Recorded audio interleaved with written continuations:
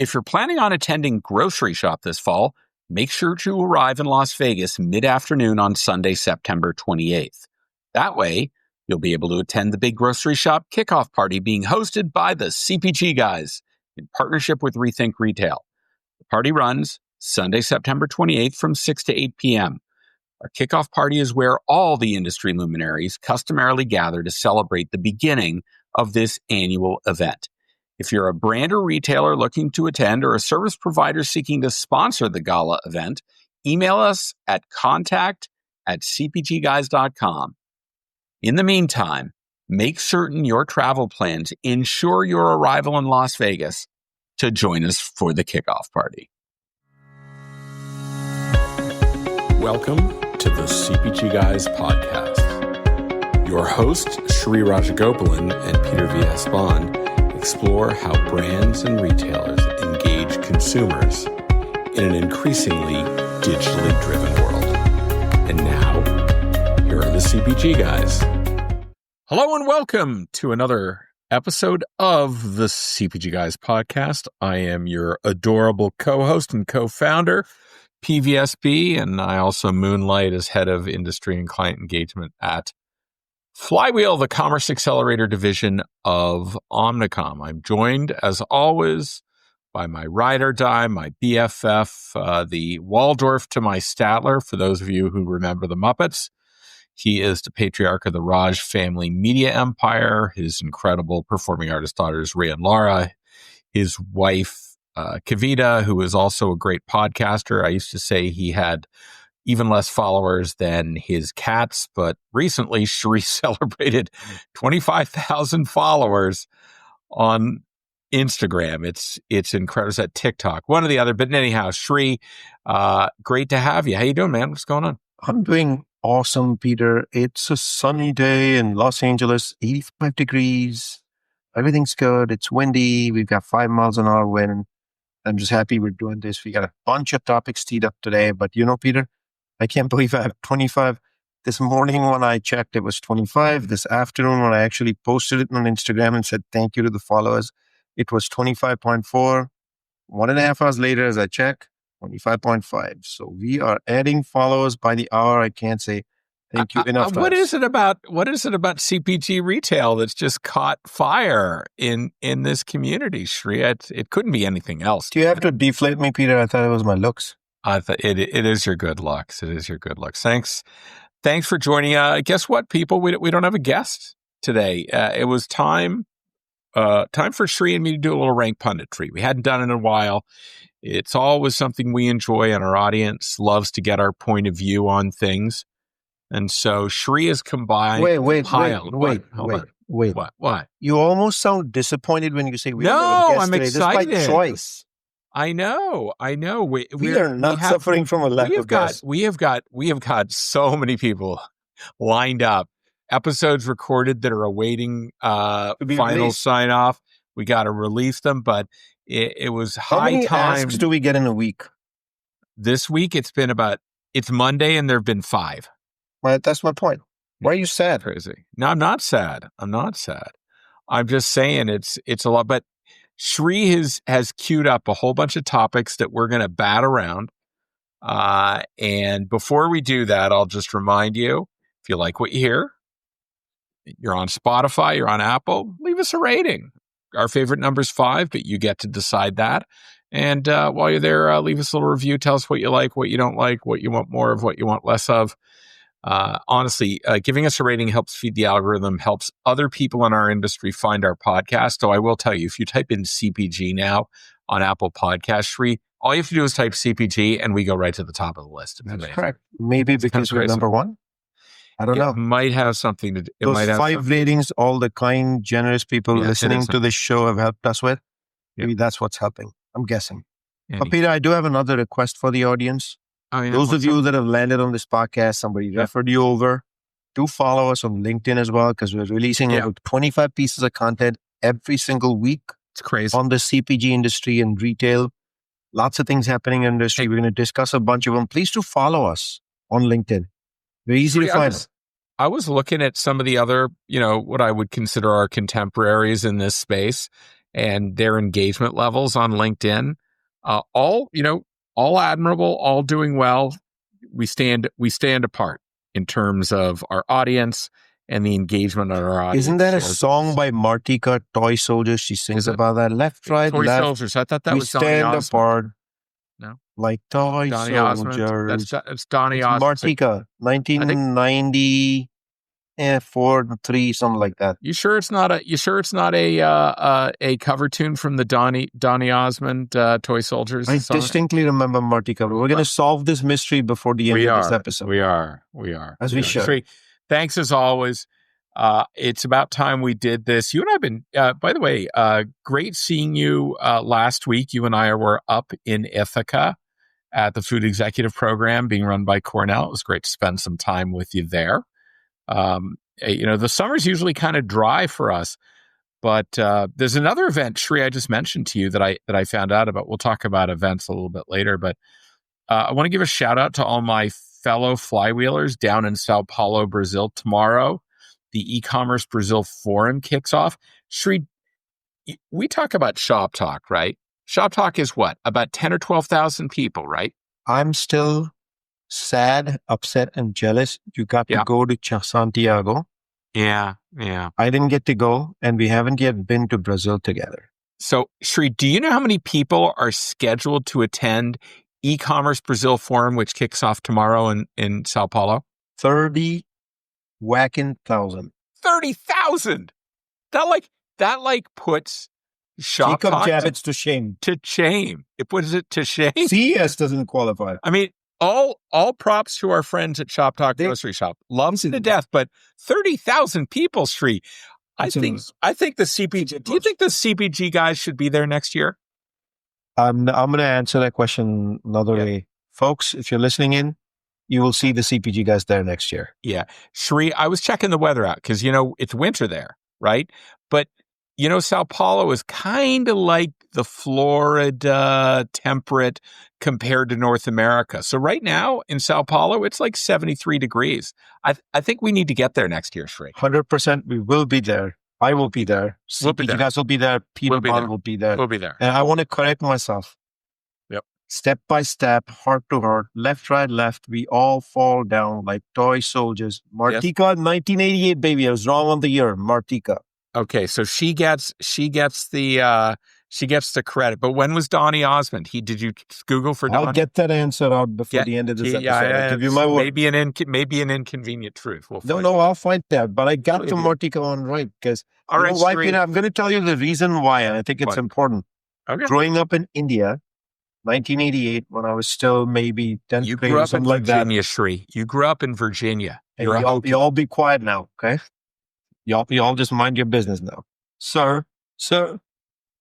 So I used to listen to this show every Friday afternoon on BBC Radio on something called Shortwave 2, which kids today are not even going to understand what that means, but it used to be the band on a radio with an antenna 3 feet, 4 feet long. And the longer you drew it, the better the odds of getting reception. And living in the eastern side of the United Kingdom, I had to point my antenna to the west. How does that sound to you? That's not bad. And it was called a show called Multi-Track. That's Top 40. That's where I used to listen to it. And I'm going to jump. Shri, while you were waxing philosophic about your childhood, I Googled. I was wrong. It was Donny Osmond, Soldier of Love. It was not Toy Soldier. So I stand corrected. You are correct. It is. I know my music. I know you do. Especially 80s, 90s. There you go. And modern 20 plus. But Shri, I got a bombshell, something to start us off with. Okay. You put that this is a list that you created. It's been hermetically sealed in a mason jar. It's kind of like Johnny Carson back in the day on the Today Show. But the way things are going these days, Peter, nothing is really sealed. Anything can be unsealed. I know. Anything can be unsealed. All right. It's just going to depend on the narrative. I've got a bombshell. Go. Trader Joe's. Trader Joe's has a little bit of a cult-like following. I am part of that cult. A little bit of a cult-like following. The Raj family shops at Trader Joe's. Everybody loves things at Trader Joe's. We have specialties each of us want. It is our number one choice for food and bev grocery. I'd say food, not bev necessarily, food. That's where we get fresh produce, deli, a bunch of stuff. quick runs, we go to Ralph's, our friends at Kroger, maybe Whole Foods, which is down the street from us. Occasionally a Vons, which is another 2 miles away, but they're very specific things. But Trader Joe's, we are part of that cult. Yep. Mr. Bond decided to make a post on his LinkedIn profile. I wrote a letter. I wrote a letter to Trader Joe's, and it was and I will mention, Sri, it was particularly targeted at Tara Miller, the VP of marketing there. Yes, and you said in the modern days of omnichannel, when the consumer is either 100% or nearly 100% digitally influenced, why does Trader Joe's not have two things? One is the website through which you sell product. Second, or at least let me see the products, or at least let me browse, get to know, etc. And the second one, inventory. Yes, click and collect was the other one, like a pickup option. Yeah. And holy smokestacks, Peter, did that post raise a firestorm? And I started looking at who's commenting, what are people saying, and I'll tell you. Did you run that through some kind of a large language model? I did. I ran it through ChatGPT 2.0, the paid version, just so that I can get a better outcome and get tighter results. And here's what it told me. It said about approximately 4/5 of those who commented, or 80%. 80% took the site. I don't like using percents. I'll go with 4/5.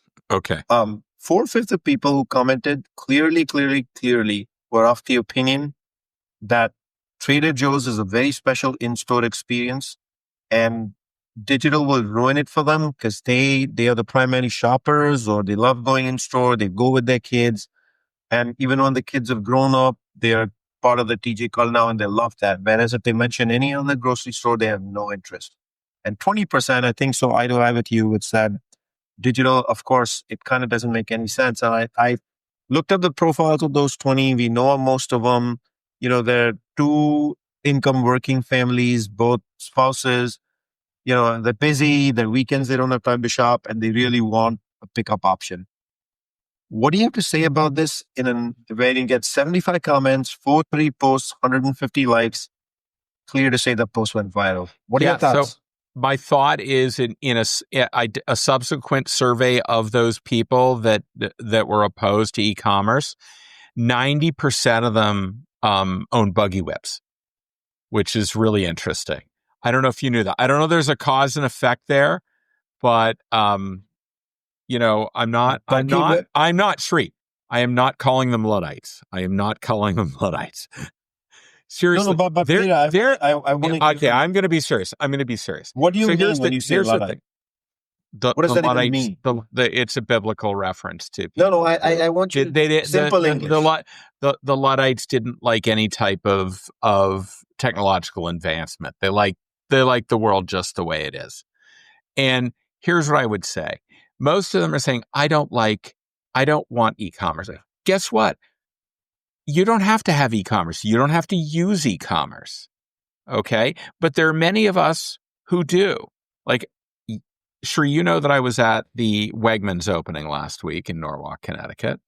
And guess what? Lo and behold, Wegmans is now on my Instacart shopping list. So guess what I did last night? I want to guess. You haven't told me this.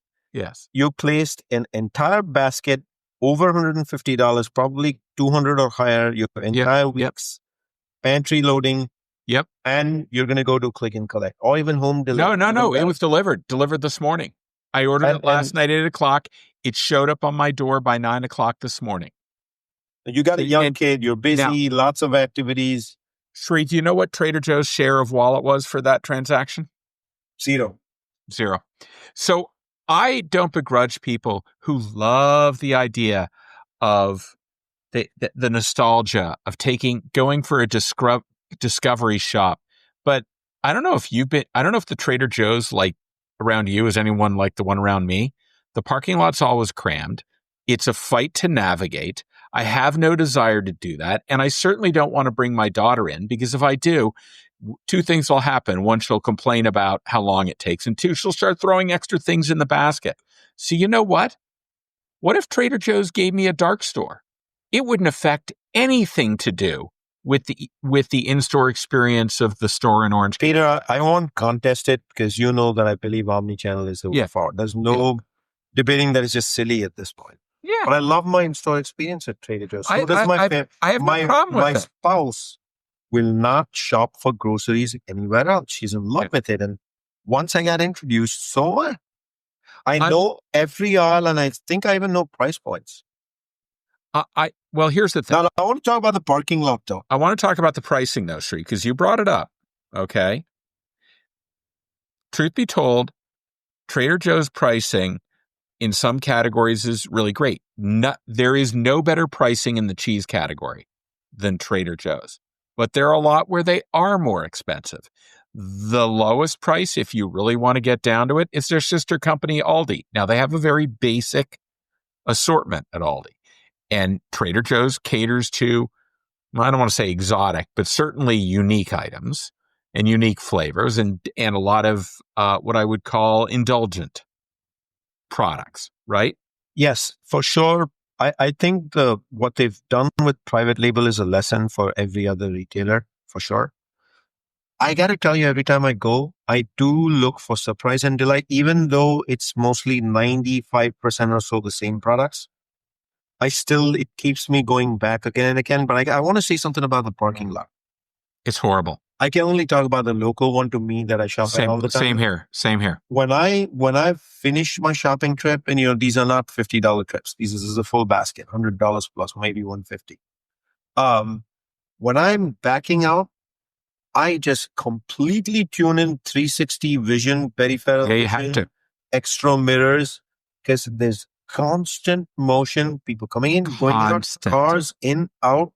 It is so tight. It's in California and Los Angeles. They already make parking spots so small and tight to begin with. That is a gripe of mine for sure, Peter. But I still enjoy going in store. And I'll also compliment Trader Joe's on their flowers. Nobody has better flower prices than Trader Joe's. But at the end of the day, Sri, if they gave me click and collect, will I use it? No debate. That's the only place I'll ever shop. Exactly. So the point is this: to those of you, why are you so afraid of me getting my e-commerce? I heard people argue. I don't want to have a drive-up line in the front of the store or space dedicated. Fine, give me a dark store. Well, that if I get a dark store, right, where the only people there are people picking for e-com delivery or pickup, right, Sri? That doesn't affect. Peter. That doesn't have a material effect on anyone else who's walking into a store for the experience, right? I kind of mentioned, Peter, that I also go to Ralph's. I also go to Vaughn's. I know you do. And I also go to Whole Foods. Why do I go there? Those are my quick fills and very specific. Yeah, but Sri, okay. No, but Peter, hold on, Peter, 1 second. Yeah. How do I do my quick fills? These are $35 orders. There are only 7-8 items in the basket. Mm-hmm. I'm doing click and collect. Yeah, I know. Trader Joe's is not getting that order. Sri, I'm gonna shout out a couple of products. I just want you to answer yes or no. Yes, you can. Yes, you buy this at Trader Joe's, or no, you don't. Okay. Paper towel. No. Amazon. Toothpaste. Or Walmart. Toothpaste. Shampoo. CVS. Shampoo. Amazon. Yes or no? Walmart. Just yes or no. So what I've just named is there are wholesale categories, particularly in household and beauty and personal care. You cannot shop at Trader Joe's. They have all of those categories, they've combined into a 4-foot section, and they have nothing. They have nothing because they choose not to. So you can't. Did say food. No, I know, but my point is to live your life with fast-moving consumer goods, you can't just do it at Trader Joe's. And so my point is, you're shopping somewhere else, right? And they have e-commerce. At the end of the day, it shouldn't be about what the company wants to do. It should be about what your consumers want. So I would just politely say to Tara Miller and her colleagues at Trader Joe's, hey, I love what you're doing. Great experience. I'd love to buy more, but unfortunately I can't, because guess what? Wegmans has moved to town and they've got e-commerce. And now I don't have to drive 45 minutes to Norwalk. I don't even have to drive half an hour to Orange to go to the Trader Joe's there. I can just have it delivered. So I've loved buying your products. If for some reason I'm coming back from somewhere and maybe I pass a store, maybe I will drive in. But honestly, you've lost your share wallet. You just have. All right. 19 minutes in. We are on topic number one, but it was important. Sorry about that. No, it was important because it cooked up a firestorm on LinkedIn, your post. And I thought it's important to address it. Let's go to topic number 2. What is it, Sri? AI has been action on LinkedIn for the last few months. I can see everybody left and right are using AI to write their posts on LinkedIn. What's the telltale sign? Telltale signs are actually graphics. It's well written. It's well written. The English language. It's organized well. It's organized. You can see. It's got emojis. Lots of emojis, emoticons, all of it. Yeah. You can tell. And a lot of these people I work with, I know they don't write like that because they've said that to me. Would it be fair to say that the CPG guys have dabbled in this? Yes, the CPG guys have. Are you telling a secret to our audience? I think they know. Like the one on Trader Joe's, do you think it might have been partially written by AI? You might have AI aided. You might have started by yourself and you might have run it to AI to clean it up. But that is exactly what happened. It is. Yeah. But how does that make you feel? Like everything's written by AI? Like, there's a really, Sri, one of our favorite marketing-oriented satirists is Tom Fishburne, right? The Marketoonist. By the way, if y'all don't follow The Marketoonist, you should, because if you're in CPG retail, the cartoons that he draws every week are so spot on and so satirical. They are awesome. He had one last year. Two frames, 2 different people in each frame. Frame number 1, person sitting at computer talking to a colleague. Look at AI. Isn't this incredible? I can take this entire document, boil it down to 3 points, and post it on LinkedIn and share it, right?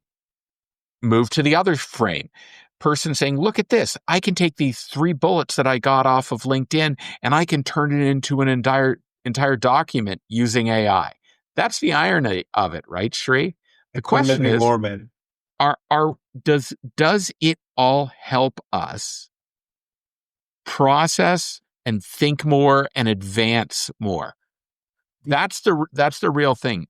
So clearly AI makes it easier. Productivity, debating that is silly. Like the ability to produce copious amounts of content, no question. Like no debate. Faster than ever before. Here's my issue, Peter. Here's my issue, and I'm sure this will get resolved with time. If you're doing it, I'm doing it. Joe's doing it. Mary's doing it. Blah blah blah is doing it. Everybody's doing it. At some point, we're going to generate the same type of insights and output. That's why it's important, I think, for anyone using AI to, 1, have a paid version and to train an agent to understand what your POV is. So let's talk about that training. The worst thing you can do is write a LinkedIn post summarizing this article, right? That has nothing to do with you. That is the engine figuring out how to summarize an article. What you need to start doing is creating agents which you train ChatGPT to say, here are articles that I've written in the past. Here are the points. This is my voice. And then what you have to do is say, here's an article. Here's my point of view. Write a summary based upon this topic in my voice. Right. And then I tweet, and then and highlight a couple of the points you want to make, and then start tweaking what you get out of it. I just wanted to give you a chance to call me Luddite. And here's why. You're not a Luddite. I'm all for AI. You have to. You're more of a lemming than a Luddite, Sri. You have to adapt with technology. You don't have a choice. That's life. Otherwise, you get left behind. Wait, no, unless you shop at Trader Joe's, and then you don't have to. Oh, sorry. We moved on. We moved on. I am concerned originality is going to get diluted unless, as Peter described, you have to train the model. AI is really as good as you do. Training. You don't want to look like everybody else. And I don't think we've evolved where the model can understand our individual perceptions without deep training. And which one of us has patience and time to do that? It's not that hard, Sri, because all you have to do is say, train it to the CPG guys. Like, what did I do? I said to the agent, go to http://www.linkedin.com/company/CPG podcast. That's the CPG guys page. And I said, read all the posts for the last year, right? As a framework for the voice of the CPG guys, right? And then I've started to always refer, I built an agent, and then whenever I ask it to do something, I say, do it in the voice of the CPG guys. And it has a frame of reference. And you know who taught me how to do that? Jeff Cohen, our friend Jeff Cohen from Amazon. He's been training an agent Jeff Cohen, to answer a question. We do. He trained an agent to answer questions the way he answers questions. How did he do that? By showing emails and posts that he'd made over the last year or two where he answered questions. You just have to get to the point. That is what will differentiate you so you don't sound like everybody else. I think the point you and I are trying to make is AI will only be as good as how well you train the model. Yeah. You can't just expect to walk in, use the system, and get the output. If you're using a free version of ChatGPT that has no basic idea of who you are, or and frankly, you have to learn what all the other engines are, Gemini and Claude and all those others. Some of them are good at some things, some of them are good at the others, and you have to start learning a little bit about that. And you'll get better at it, but you got to start doing it. You'll never get better if you don't start. Couldn't agree more. I'm going to move us over into our favorite topic, our audience's favorite topic, retail media. A good friend from eMarketer. I thought K-pop was our favorite topic. Have we switched? Or is it baseball? Is baseball? Is it your favorite topic? How about baseball? No, we're off baseball till 2026, right? We're just. I'm renaming us to a business podcast that also. It's too late, Shreve. Good luck. Okay, what's our favorite topic? Retail media. Retail media. That's what our audience loves. And our dear friend Sarah Marzano from eMarketer recently put out a graphic as well as an article about how when it comes to the fight for retail media dollars, you and I publicly stating data that we've seen from eMarketer in the past. Yeah. Walmart gets $7 out of 100. Amazon gets 75 plus, and everyone else is fighting for the rest. But that like 16% is the rest. Well, Sarah's latest article says that 16% is shrinking. That basically So the pie that Amazon. Well, two things, Peter. Two insights. Yeah. Yeah. The pie that Amazon and Walmart have is growing, but it's coming at the cost of the rest. And even in that growing pie, Walmart's getting a piece from Amazon. Yeah, because there's really nowhere to go. There's nowhere to go but down from Amazon. They're at 77%. More importantly, Peter, I think Amazon needs to understand. Listen to this clearly. For most large CPG brands, Walmart is the single largest business. When Walmart truly becomes a national media player with capabilities, they're going to be the number one choice. For investing media dollars. So they're gonna start taking a share from Amazon quickly, but it is an increasing share. What do you do, Peter, if you're part of the rest of the Rat Pack? So many of them are our friends. So a couple things, Sri, you have to do. One, you have to understand that you're never going to be able to build the way Walmart and Amazon build because they can amortize the cost of the build across a much larger revenue base. For most, if not all of the others, you have to buy, which means you have to partner. You have to partner with DSPs. You have to partner with in-store retail media screen providers. You have to partner with all sorts of components of the tech stack. And you know what that means? It means you're going to give up some of that margin. The promise of an 80% margin, right? Gross margin. After you partner with ad tech partners, the net's going to come down. But you just have to understand that that's the reality because you know what, Sri?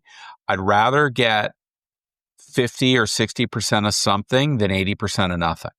So the first thing you have to understand is they're going to have to buy. Right? They're not going to be able to build. The second thing is they need to start focusing on, as they do that, thinking about I'm going to give you an acronym. You may remember, Shri. It's called SCANNER. You remember SCANNER? Search content. Shri, you are on mute.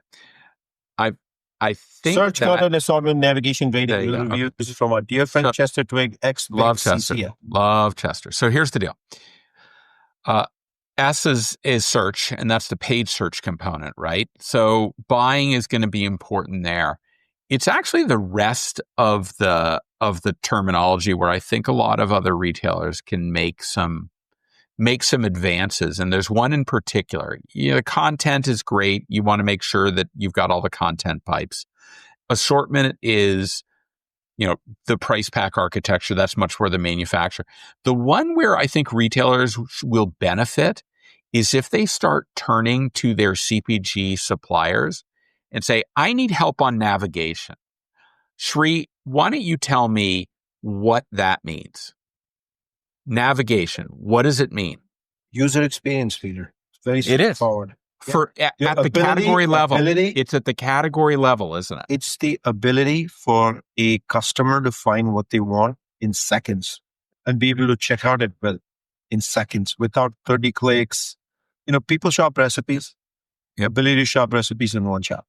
Yep. Not have to find one item at a time, browse, search, click on the side category browsing sometimes, and then get 30 sponsored ads when you're searching for stuff. All this ruins customer experience and ruins navigation. Make sure if you're a retailer that you are an easy destination for shoppable media.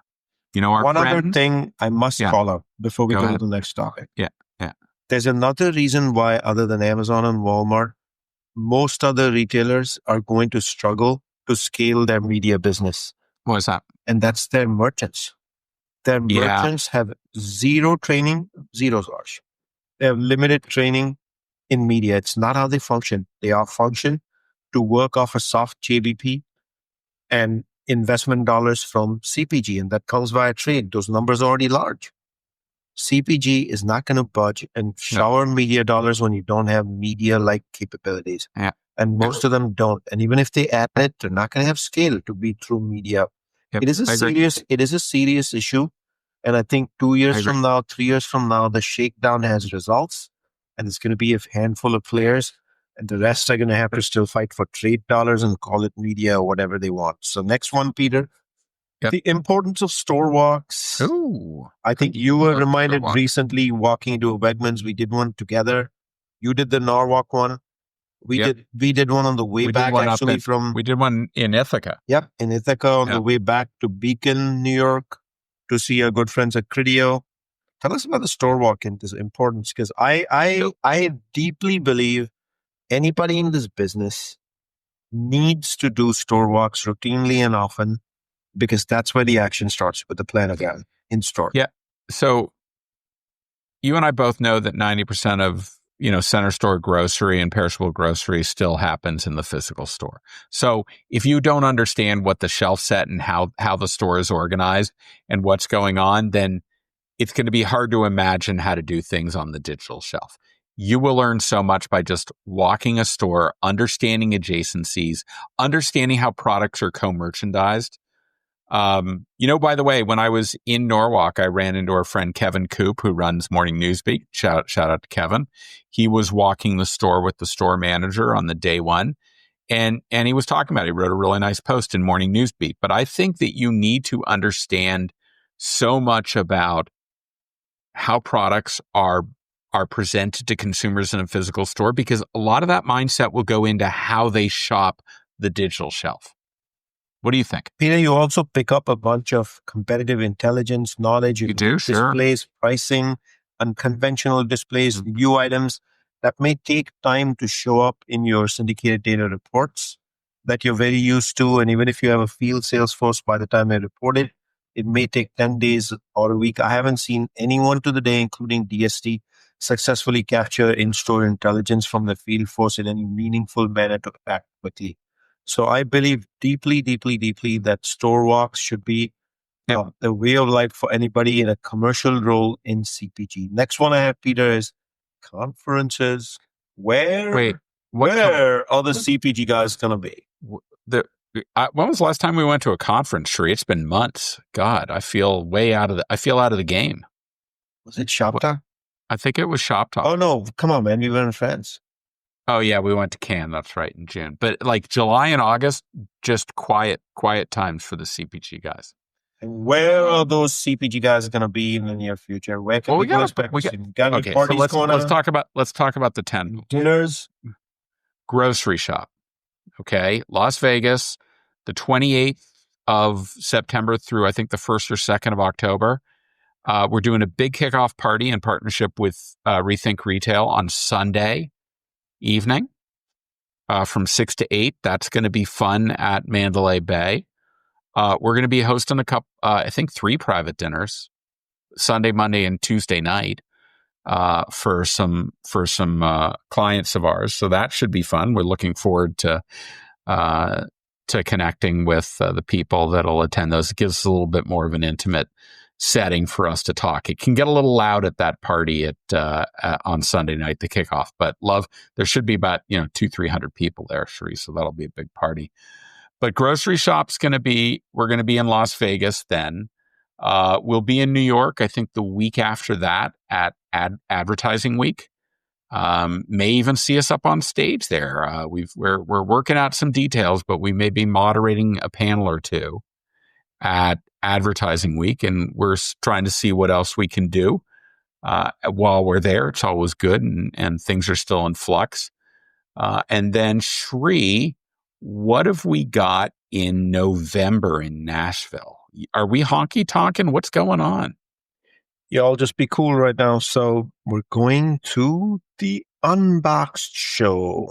The Unboxed event. And so Peter, help our audience understand Unboxed. Yeah. What is Unboxed? Okay. Well, I should also make mention of, I think, Sri, I don't know if you might be meandering up to Seattle in September to go to Accelerate. We still haven't decided that. That's the seller conference. That's more for very different 3P seller. Yep. It's the people who are a little bit more hands-on. Unboxed is the preeminent event for partners in the Amazon ad network and brands that advertise primarily through these big agencies, but it's kind of the complement to the upfronts that they do in May. So in May, they do a big upfront in New York. They bring out all their big celebrities and show all their properties, and they say, you need to advertise streaming through Amazon Prime and whatever. This is about the full funnel.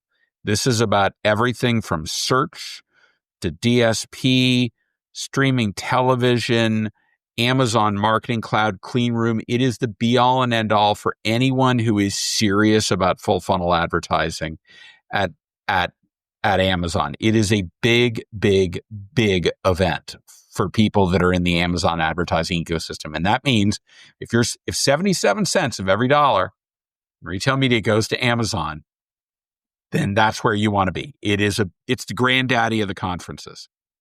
Yeah, these are things companies need to start showing up at. And that even if they have to understand sellers, they have to understand smaller advertisers, send somebody from shopper marketing to attend and learn. I mean, when I attended my first many, many years ago, it was a learning moment for me. It's not for everybody, but at least once in your lifetime, go understand, learn, understand all the new stuff Amazon is going to share with you at the conference. I want to go back to grocery shop, near-term horizon. Go ahead. Are the CPG guys having a party? Yeah, we are. I said on Sunday. And that Sunday party, hey, we're doing that with Rethink Retail. Yeah. Yep, you said that, and you probably already heard it in the opening roll of this podcast anyway. You want to get in touch, know more, you want to sponsor, simple way to do that, just reach out to us at contact@cpgguys.com or ping Peter and me. It's pretty straightforward, right? Pretty straightforward. Big event. We're going to have brands, retailers, and of course, service providers. Sri, it's the party. Let's just be honest. The opening party at grocery shop by the CPG guys. We are Shop Talk, people at Shop Talk themselves. Ben Miller's happy to say that. Ben always loves to say we're the unofficial way to opening party. And this time it's on a Sunday when everyone's already in. Should be a lot of fun. So if you're making your travel plans to grocery shop, make sure you get in to Las Vegas mid-afternoon so you can go to the party. Ask for an be invite big. to the CPG Guys party at grocery It's the shop. big one. Everybody goes. And Everybody goes to this event. the CPG Guys are also hosting some special dinners. Dinners. Yeah, We'll I said that. share more. So You big should be ones, getting some invites to those in your inbox. Check out in the next few weeks. And then, Peter, next year begins with a bang, and it's called CES. Well, hold on. Will the CPG Before Guys be that, there? I do want to say. I want to say one thing about Amazon Unboxed. Okay, there are still tickets available. Do you know how much it costs to go to grocery shop, Sri? It's like several $1,000s. Do you know how much it costs to go to something like Cannes? It's like 10 or 15. Do you know what Amazon charges for Unboxed? $429. $429. Get yourself a damn ticket. And you know what? Even if you don't, Sri, do you know how many people go to Cannes or go to grocery shop and don't even get a ticket? They loiter. They kind of they live on the perimeter of the event, and they do quite a lot of business just by doing that. You need to start thinking about Unboxed as one of those events. Even if you don't have a ticket, you should be there. Okay. I couldn't agree more, Peter. But the reason I brought up conferences is I want to emphasize one more time, one of the best mechanisms for learning, networking. Be curious, show up, shake some hands, ask questions. Go listen to some of the presentations. Maybe you'll learn a thing or two. And then we'll start 2026 with a bang at CES. Yep. Are we hosting another party at CES? Yeah, we're going to host another party. Do people want to be seen? Yes. That's a big party. For the CPG industry, party to be seen at. Sri, I tell this story. I'm not going to name names, but I've told this story. You know the story I'm going to talk about. I was sitting by the door about half an hour after our party started, and the number 3 person at one of the world's biggest retailers walked in, came right up to me and said, "Listen, my team's a little upset with me because we're hosting a big dinner on the other side of the casino right now. But I told them I was going to be late because I needed to hang with you and Sri for about an hour." So he sat there, talked to me for 20, 25 minutes. Then he went across the room, talked to you. And then he shook a couple hands on the way out and he was gone. I was thankful that he did. It was awesome. And that's what we do. We bring the people together because you know what? Sri, here's the reality, because we talked a little bit about this. We're gonna. It actually bleeds into our next topic, right? True. Which is podcast, right? I know the question you have for me is it still number one for learning? I don't really mean number one. Like, is it one of the solid learning mechanisms of today? Sure it is. Just ask the presidential candidates from the last election cycle how important podcasts were. They were incredibly important. Peter, that's a mic drop message you just gave. I don't even think we need to debate this any further. No, but if you're going to listen to a podcast, what's the name of the podcast they should be listening to? Any prizes? Here's what I will remind people. In the B2B podcast space, particularly around the topics that you and I cover, with few exceptions, the purveyor of a podcast is promoting their own company. It is about the products their company sells.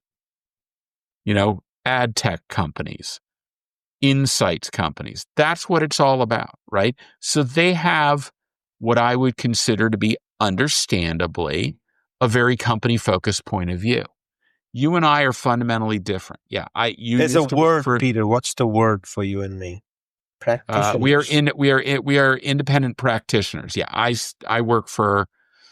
Everyone knows what I do during the day, but that hasn't really had an impact. What I do during the day is very much about what I do on this podcast, and I've been doing for years. So push that aside. The reality is you and I speak truth to power. We do things like we're doing right now. We have ranked punditry sessions. There are a handful of other podcasts that do that, and we name some of them when we put out our list of favorite podcasts that we think you should listen to. But there's still a lot of them that are pure companies. I will just rave on about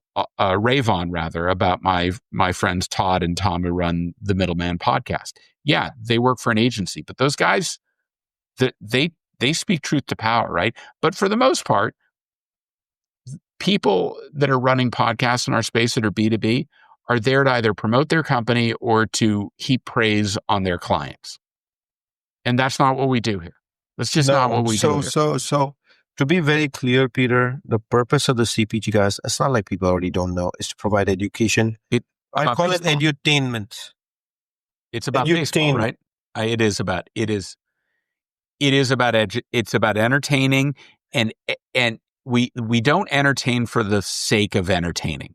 We entertain because it makes the education easier to consume. And Peter, so we're not asking you just to listen and follow the CPG Guys. No. We recently put out a list of top 10 podcasts that we love. Actually, it was 27 now, Shri. You're up to 27.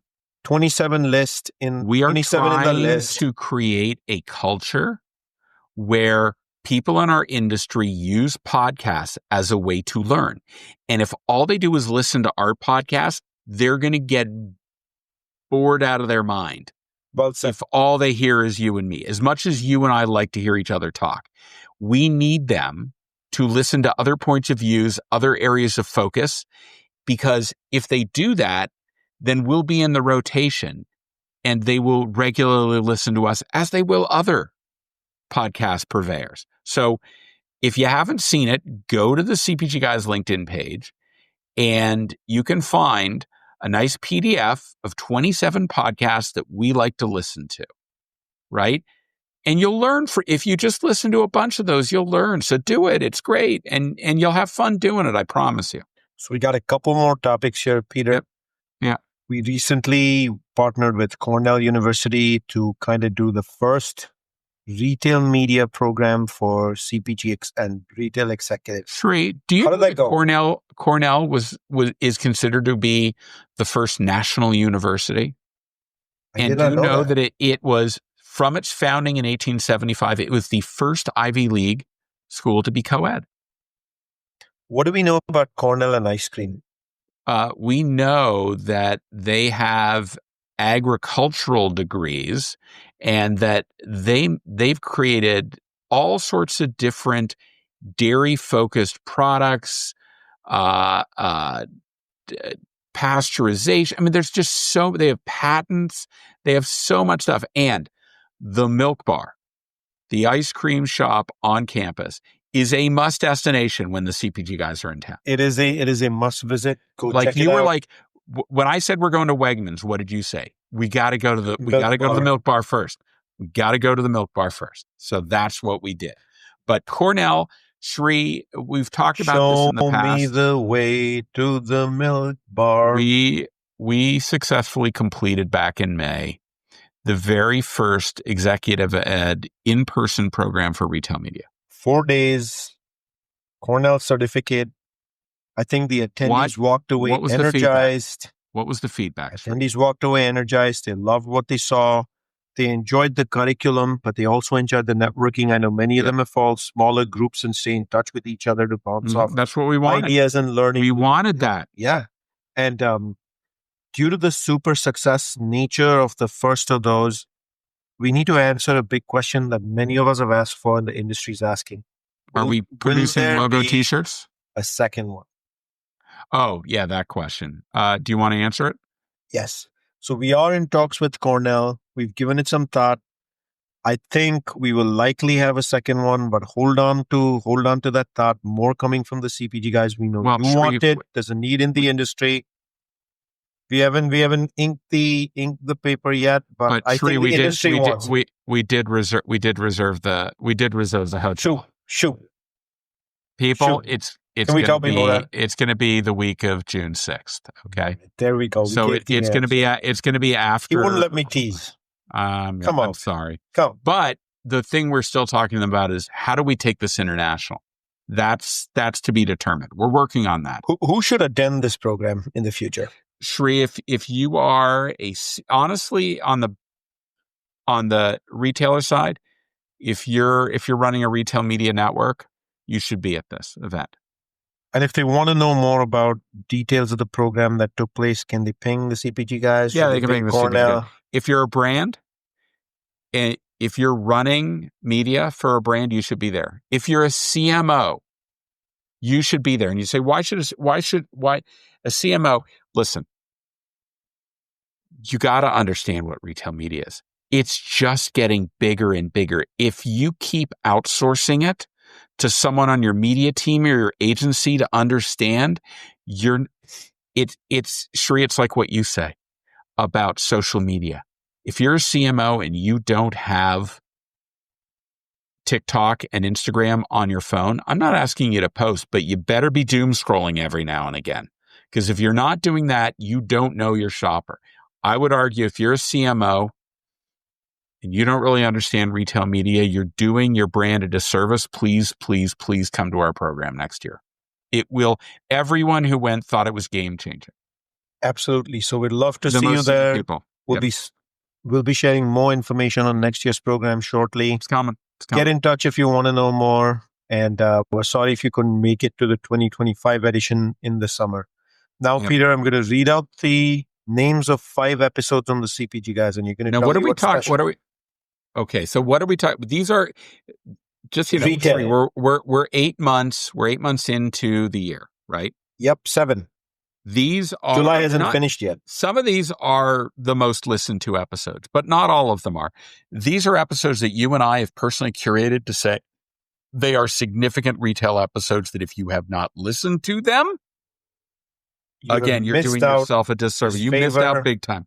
You're doing yourself a disfavor. Please do not miss these, and I'm going to read them out for you. The first one we recently put out is an episode recently concluded with Jamil Ghani live. Peter did it.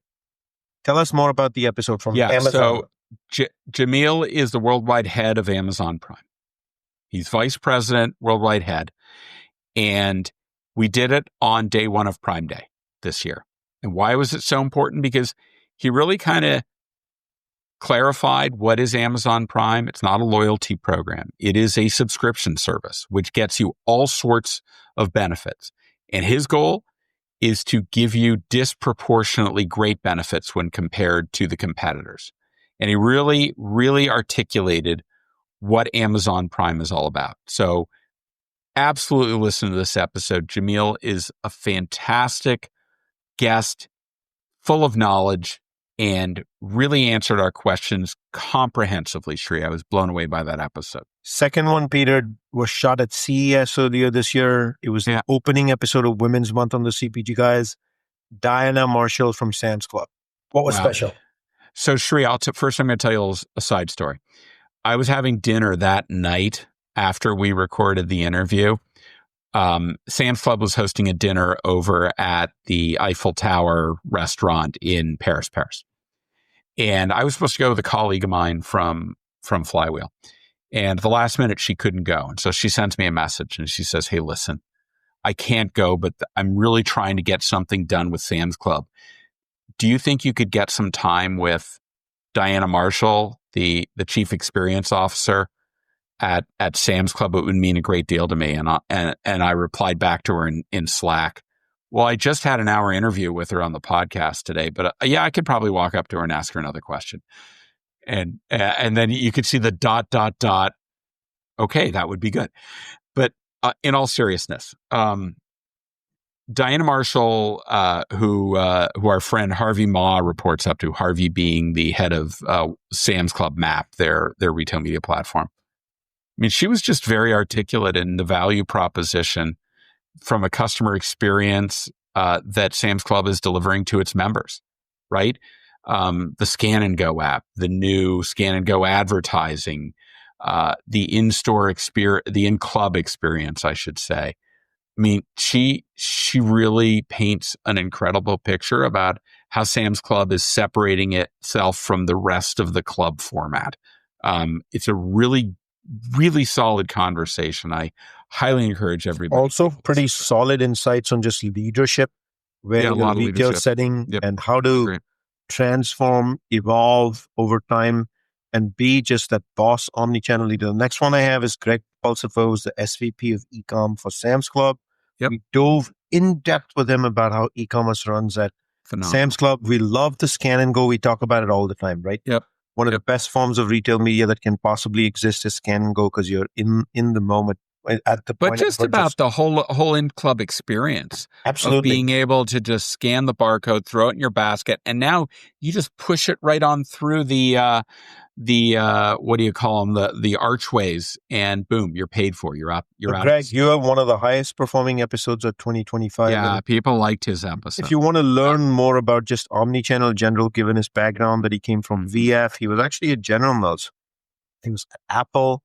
So he's got a pretty solid background in omnichannel, especially retail experience. He's the right guy for that role. I recommend everyone listen to it. Then we had another very high performing episode. Our new friend on the show, Mr. Mark Williamson. Don't feed his ego. Don't feed his ego. Oh my God. He was awesome. Shri, while we were over in Cannes, you know what Mark was doing? He had an incredibly satirical post on LinkedIn. He was wearing a captain's hat and a blue blazer, and he was sitting in a rowboat adjacent to the pond outside of the entrance to Costco headquarters. And he said, while you're on the Mediterranean, come on out to up northwest United States and meet with me. I'm on the pond out front of the headquarters. Just funny. But in all seriousness, wow, what a conversation with Mark. He took a very important topic for Costco, which otherwise would be a very difficult conversation to have, simplified it so that everyone can understand it. And I want to give him a big, big, big shout out for really demystifying how it works in a club environment, which was largely in-store, how they're now refocused heavily on understanding the digital world as the rightful issue. You know what I loved about what he told us? Is we know that a lot of the big retail media networks are about generating a lot of money, a lot of profit. He came to the table with a very different perspective. He said, the mission from Costco leadership is as follows. If it doesn't drive sales in Costco, then it's not doing its job. This is not about generating profit from the sale of advertising. This is about driving sales volume. Now, if you're a brand that is facing volume pressures right now, that should darn well be music to your ears, that this retailer is about driving more sales in omnichannel. What do you think? Absolutely, Peter, you're 100% right. I like the way he shared that information in a way that landed. It did. Simple, but yet delivered the meaning of how Costco operates. And I'm going to close out this episode, Peter, with a biggie. Mr. Jeff Cohen from Amazon. Episode 501. Episode 501 shot live at Cannes Lions, a summary of Cannes Lions this year. If you couldn't go, you want to know everything, Jeff could not have done a better job of summarizing the 5 key themes that emerge at Cannes Lions. So I encourage everybody to listen to it. Jeff, in and of himself, he's such a font of knowledge, and his ability to think through situations and figure out the meaning for the broader industry, he really is a joy to talk to. I mean, you and I sit down, and we know when Jeff is at the table with us, one, we're going to have fun. That's the entertainment part of it. Yep. But we're going to learn a lot. We always leave the table learning and knowing a lot more than when we sat down. Because Jeff, that's the game he brings, right? Phenomenal. Absolutely, Peter. Listen to those 5 episodes, people, right? On the retail side. Very soon we'll cover. We'll cover the other one. Go ahead. But I was saying, Jamil Ghani from Amazon. We've got Diana Marshall from Sam's Club, Greg Pulsifer from Sam's Club, Mark Williamson from Costco, and also Jeff Cohen from Amazon. Those are 5 absolute must-listen to episodes. We'll put them all in the digital liner note to this episode. We'll have links to all of those. With that, Peter, take it away. Let's close this one out. All right, Shri, we record this on a Monday night. We're going to release this episode 2 days later. So and that's done on purpose, so it's very fresh in time. Very fresh. Very fresh. Just like you and me. Fresh, right, Shri? Just like us. Fresh. I can't keep pace with this guy. I know. He's trying to be witty. I'm always trying to be witty. Shri, as always, it's such a pleasure doing this with you. I really, really love the friendship that you and we've had it for years. It just gets, it's like, our friendship is like a fine Bordeaux, Shri. It just improves with age. Not that we drink it because we don't drink anymore. He's trying to be funny. Like I said. But in all seriousness, I love doing this week after week. This is the best part of my week. If I haven't gotten a phone call from you by noon, which is 9 a.m. your time, I'm like, what am I doing wrong? Shri, I got to hear Shri. And how many times have we talked on the phone today, Shri? Like 10? 10 maybe. Exactly. That's who we are. That's who we are. Thanks as always, Shri. Love doing this with you, Thank you, Peter. This was awesome. That wraps another episode. But before we wrap up, let me ask our listeners one more time. Spotify, Apple, take a second, leave us a rating. It makes our podcast more searchable, findable five for others. And then if you have a moment, please do take a second to actually go to LinkedIn and follow us. Yeah, follow us on 20 LinkedIn. plus And 25 pieces of content every single week, week over week. Shri, when they follow us, right? This is both follow us personally and follow us on our company page. Once you are following us, you're going to know in the upper right-hand corner, you'll see a little bell. Click that bell, ring that bell. Here's why. Because you will then, it'll bring up another page that says you can change from only getting content that the algorithm says is relevant. Boo, boo, boo, boo. If you click the multiple bells, you get to see everything we post. So you tell the algorithm, I'm sorry, the CPG guys are too important. I need to see everything they post. You do that, you get us every time we post something. And if you're not going to ring that bell, go back to 1979 and listen to Anita Ward's song. And you can shop at Trader Joe's too. I'm just kidding. Sorry. See, I'm going to shop at Trader Joe's no matter what happens. I know. I'm just teasing. Come on, everybody. Come on. We're just having fun here. Anyhow, Tara Miller, Trader Joe's, you're invited on the podcast. You have your own podcast called Inside Trader Joe's. You want to come on and talk to the CPG guys? You got an open invitation. We'd love to hear from you. Anyhow, Shri, thanks for joining me. To our audience, thanks again, and we look forward to speaking with you on the next episode of, wait for it, the CPG Guys Podcast. Goodbye.